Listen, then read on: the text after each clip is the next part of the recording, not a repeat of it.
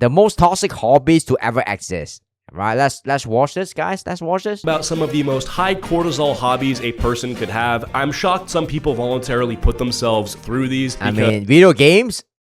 Because hobbies are supposed to be a calm or enjoyable break from work or the chaos in your life. But some people like to ruin their mental health by doing things in their free time that nobody is forcing them to do. So without further ado, let's get into the most high cortisol hobbies in no particular order. How cortisol? If you like this Streaming. video, leave a like. This is a no script video. I'm doing this all Playing Valorant? off the dome. And subscribe if you're new. We have to kick things off by Playing talking Valorant. about competitive video games. Now, I am a gamer. I will play games until the day that I die. Part of why I want a kid at some point is so that I can have someone to whoop in split-screen Mario Kart. With that being said, I think playing online competitive team games can be some of the most rage-inducing experiences of your life. Like if a guy queues up for ranked and that's a fun, right?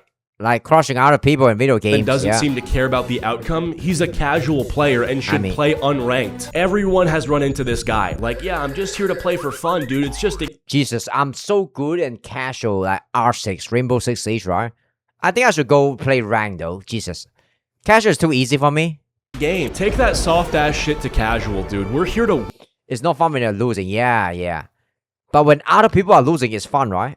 This is a nasty part about human nature. We want to have fun by taking away other people's funds. That is the truth.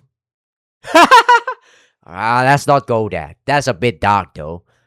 You win. Yeah. These people belittle those who take a game seriously by bringing up that video games don't matter that much in the grand scheme of everybody's life. Yeah, in the grand scheme of life, ranked doesn't matter, but neither does your golf handicap or your bowling league or your pickup basketball game or your... I mean, in the grand scheme of things, nothing matters. The universe will seek to exist and life itself doesn't matter. And the only thing that matters is consciousness. So I think that's the end game, right? So fantasy football team or your chess rating. The point isn't that it's life or death. The point is that if you're going to voluntarily enter a competitive environment, why pretend that caring about the outcome is somehow embarrassing? The importance of something in the grand scheme of life has nothing... I mean, depending on the game though. Yeah, when I'm playing Valorant, I just want to talk with some Valorant like real E-kitten and just crush the lobby.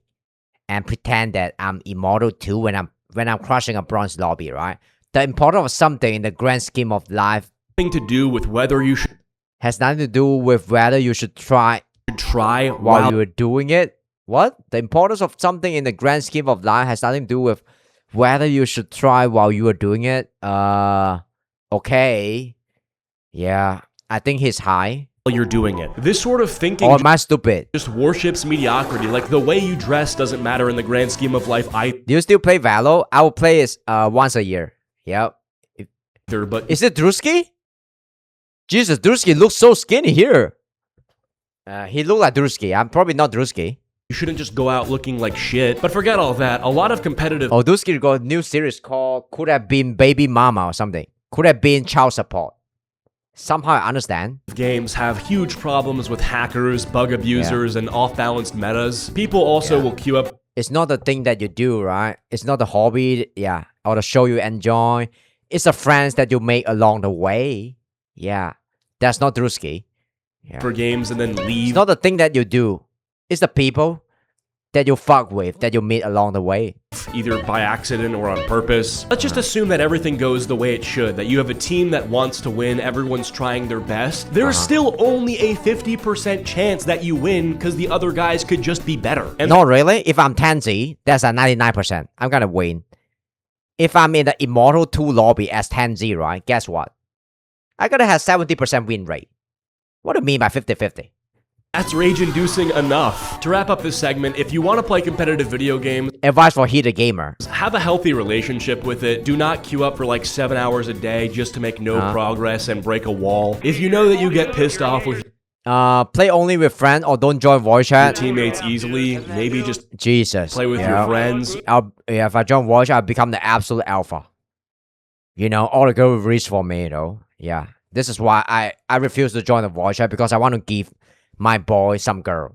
Just kidding. Or don't join VC. But most importantly, don't just queue up for a ranked game because you have nothing else to do. Like, there should be some intentionality behind when you play a game competitively. One thing I've noticed about the modern world is that boredom is, like, seen as a problem. Damn, Josie is still a fucking icon after all this year.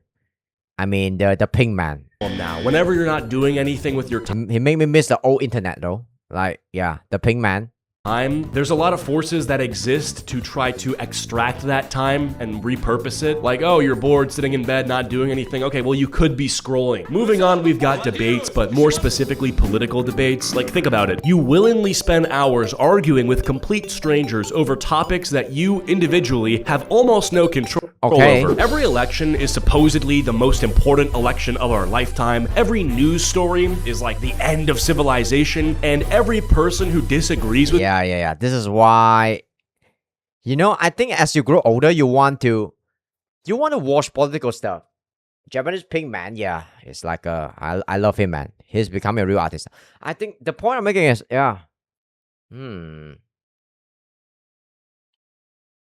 whether you want to admit it or not, as you grow older, as you have more than money and you have real life experience, the thing that you say or do, right, is inherently gonna be a little bit political sometimes. So I think I tend to I sometimes consider political stuff too, and I think that is good. You learn some stuff about the real world, and some people are trying to play some game, right, and you see through it.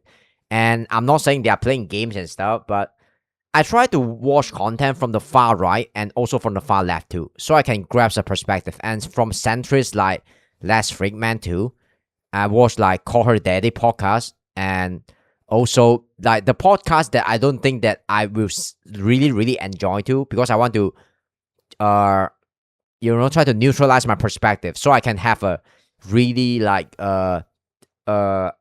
unbiased view towards reality. And I think that the truth is always lies somewhere in the middle. So this is why I watch Asmund sometimes, and sometimes I watch Hassan, and I kind of like pick their take depending on I think this take is good, and I think this I nitpick their stuff. And sometimes I watch like someone like Vanilla Maze too, and I watch like someone like Tactone, and I watch like different creators. So I think we kind of neutralize your perspective to give you a clearer version about what reality truly is, because you don't want to get stuck in a ideological like echo chamber. So I used to get stuck in that too, but I grow for that. Yeah. You is either truth is worse than lies. You're an idiot or literally. Wow, that's a heavy line though. I didn't expect you to say this in chat. Do you ask ChatGPT to give you this line? Truth is worse than lie. Well, that's deep, bro. Holy fuck, that's deep. Jesus Christ. Evil. It is just outrage after. Joseph, yep. I'm modding you. Just kidding. I just realized your entire business model required that us normal folk hate each other. Yeah. Outrage after outrage. This hobby also has one of the most brutal risk to reward ratios. I mean, the thing is, human being, right? Human being, we like extreme stuff. And we tend to, our primitive, like, primal brain, right? Like monkey brain is still, it's still really like reacting towards like negative stuff rather than positive stuff. Positive stuff tend to be like more boring than us. Like religion, like being kind and stuff, we have more empathy. That's boring. You want to see some pretty boy getting manipulated. We want to see some baby mama drama from some big creator. That we want a spicy negative stuff because it's kind of creative with it's kind of connected with our primal like monkey brain, where we it kind of like alert us to stay away from danger. When we see this kind of negative news, right, we respond like instantly. This is how you get manipulated like sometimes. So this is why you have to be careful. The best case scenario is that, but there's some stuff that's like generally negative too. But we do live in a peaceful time, I think. Yeah, and a lot of media, and you don't have to consume a lot of media. Opinion no one cares about, they get nothing really. You get. You win the argument according to yourself. It is such an unbelievably bad trade. Like the worst trade deal ever made. You absorb all the stress. Wow, this is such an iconic scene though. Wow. But I think his bicep kind of look kind of small here. I don't know why. Yeah. Why does his bicep look kind of small in Thor Ragnarok? Somebody tell me this. Maybe it's just, yeah. of a real conflict, Skipping his workout? like a fight with your girlfriend or one of your friends, with almost none of the reward. Like, you don't make any money or learn a useful skill most of the time. You actually don't also solve the problem you're The thing about skill is, the time is constantly changing, and we don't know what's truly useful in the new world sometimes. What do you mean? talking about. And most Did I say anything? importantly, the other person isn't even convinced 99% of the time. And I value your opinion. I won't necessarily pay any attention to it. You're just like donating your cortisol to the internet or like the ether for free. Now forget like trying to change the other person's mind. A lot of debates exist for like the audience. There's like viewers of these debates, and the viewers already have picked the winner before the debate even starts. So a lot of these debates are just centered around point scoring and pandering. It's just so useless. You're both just awful. If you're a young person and you care about politics, Alright, I don't know what to say about this. I think debate is still good. By civil debate and stuff, we get closer to the truth, right? And we kind of like listen to other people's perspective. It's always good. Yeah, debate is always good. But it's stressful for a lot of people. I understand that. I would recommend trying to find a way to express this care in a way that is not driving you insane. But before doing that, take What's this have to do with toxic hobbies? Come on now. a large step back and consider if your interest in politics benefits your life. Like, be selfish about it. From the day that you're born, you get, what, 70 summers, 70 winters? That's if you're lucky. The people you love die, your friends will die, you will die. But the thing is, you can make new friends, right? As you're older, it's harder to make new friends. Holy shit. But you can try to stay young and make new friends. That's what I'm trying to do here. The energy I'm fucking old. vampires that exist No, just kidding. I'm young. in news and media are tasked with getting normal people riled up and upset about something they otherwise wouldn't have known or cared about. Next up, we've got poker. Now, I want to put poker here specifically Is poker a toxic hobby? instead of gambling overall, because I think it's He's talking about bad hobbies. Poker, fair I to mean, say that yeah. poker is far more accepted to be a hobby than just spinning slots on the internet. The thing with poker that makes it so mentally exhausting is that you can do everything wrong. I mean, if you're a very skillful poker player, yeah, you win money a lot when you play poker.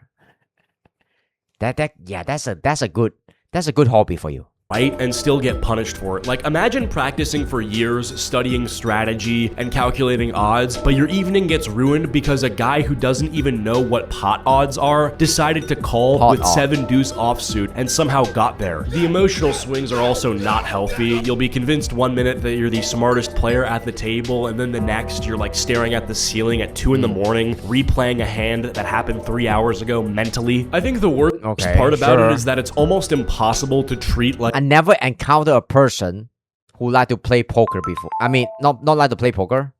Who tell me their hobby is like playing poker. I used to fetch a customer of mine, and he's like a foreigner. He come to my country he tell me he's gambling. I mean, yeah, I fetched her from a casino to a hotel nearby my house, something like that. And then he tell me he that's his career. He gamble, and holy shit, he's like I think he's from I can't remember where he come from, Netherlands or something. I can't remember. He's a white guy, pretty buff too, and he says he got a girlfriend and they just travel around the world and his job is just gamble. Holy shit, I'm so jealous of him, man. My grandpa bet half of his money and lose. Yeah, W grandpa. a normal He lose half of his money, but his grandson got a great story to tell in an amazing stream, right? And that is worth it. hobby, because nobody plays a few hands and then just thinks like, oh, it's a fun way to spend my Friday night. Within about 2 weeks, they're watching like 6-hour strategy videos on YouTube and building a bankroll. Poker has this unique ability to convince every ordinary player that they're only a few good months away from quitting their job. Every Lucky small him, yeah. winning streak feels like proof that you've cracked the code. Like, you don't think that you just had a good night. You think, oh wait, what if I'm actually good at this? And the delusion that playing poker could become your full-time job is what causes the cortisol. Damn.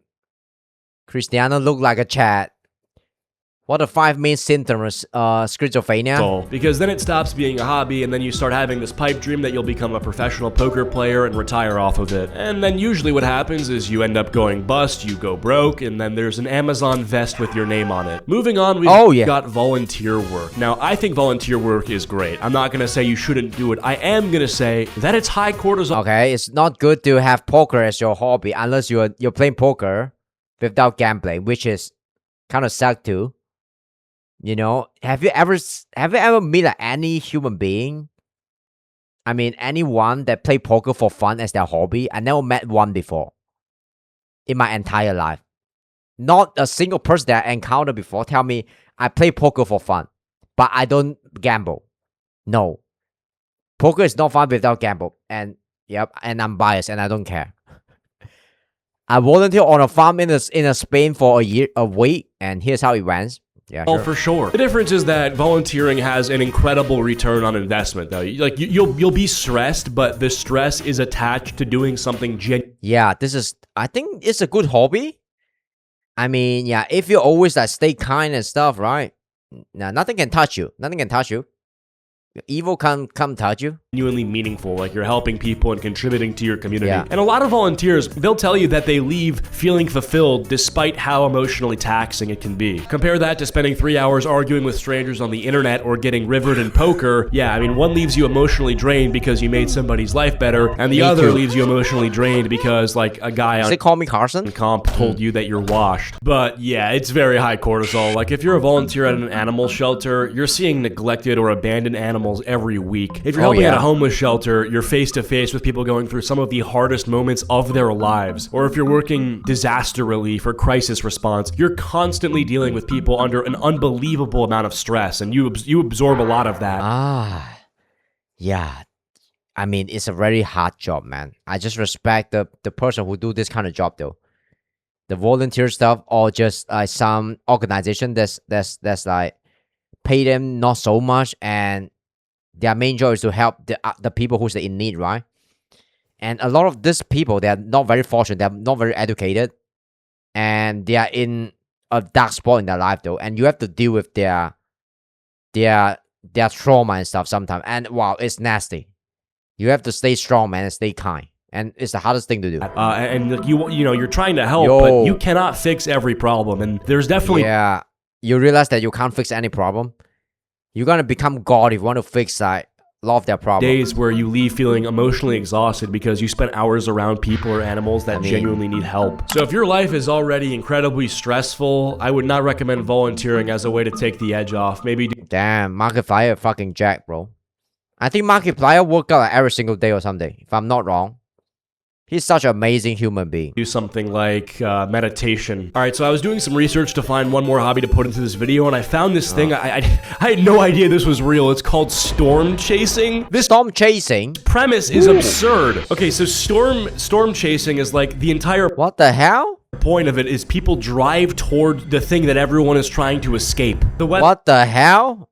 That's a real hobby? weather app will say tornado warning, seek shelter immediately. Right. I assume, yep. Yeah. A coolest hobby might be like alien chasing or UFO chasing or something. Instead of storm chasing. I think you might actually die though if you go chase. Yeah, there's a tornado that's striking your town, right? And you go and chase. You go and chase it unless you're a YouTuber and you're making content from it. Then that's different. And there are guys out there that see that and they're like, oh, perfect. Honey, where are my car keys? Imagine explaining that to someone. Jesus. Yep. Imagine your hobby is running towards disaster.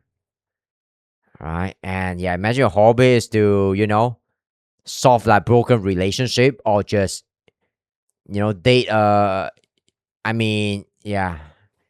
maybe just date someone that nobody want to date. Yeah. Okay, that's bad though. Sorry guys, I shouldn't have said that.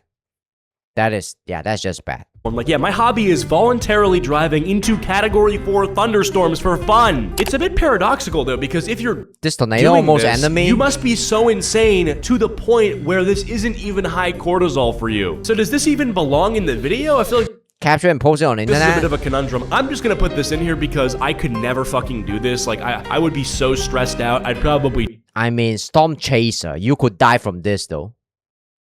Yeah, let them profit from this, right? Die doing it, but yeah, now I know that this exists. Cool, storm chasing. I'll have to check this out on YouTube. Chaser. Anyway, if you guys enjoyed this video, please be sure to leave a like and subscribe, and I'll see you guys all in the next one. Goodbye. All right, good stuff.